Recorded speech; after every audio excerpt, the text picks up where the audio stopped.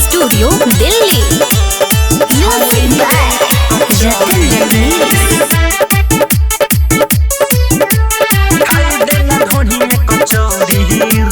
10-20 दे हम नहीं ले लो हजारा, तेरा नहीं तनिए सकद सहारा।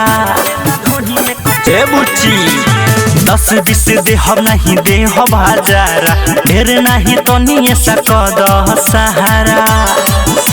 बुद्धि मर कहरी आव हेने धरी, सब पवन से सुन हट बाडू बड़ी। तोहरे बाटे एगो चौड़ी रे, सुनो यार केस्टा के छौड़ी रे, खाए देना ढोढ़ी में कचौड़ी रे। सुनो यार केस्टा के छौड़ी रे, खाए देना ढोढ़ी में कचौड़ी रे। छौड़ी रे कचौड़ी रे, छौड़ी रे कचौड़ी रे।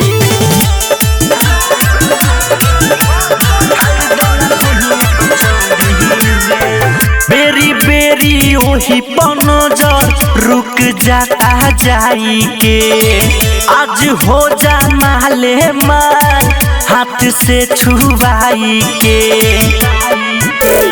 आज भर बारू तजियारा जुड़ा द, अपन जवानी हम पे लुटा द। मिल जाही जदि चाहे कुछ औरी रे, सुनो यार केस्टा के छौड़ी रे, खाए देना ढोढ़ी में कचौड़ी रे। सुनो यार केस्टा के छौड़ी रे, खाए देना ढोढ़ी में कचौड़ी रे।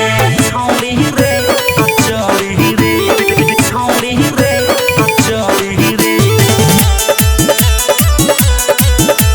खाए देना ढोढ़ी में कचौड़ी रे।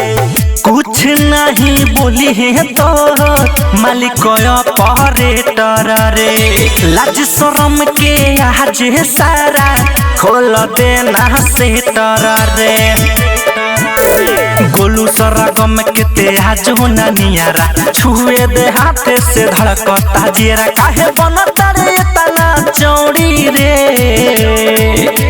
सुनो यार केस्टा के छौड़ी रे, खाए देना ढोढ़ी में कचौड़ी रे।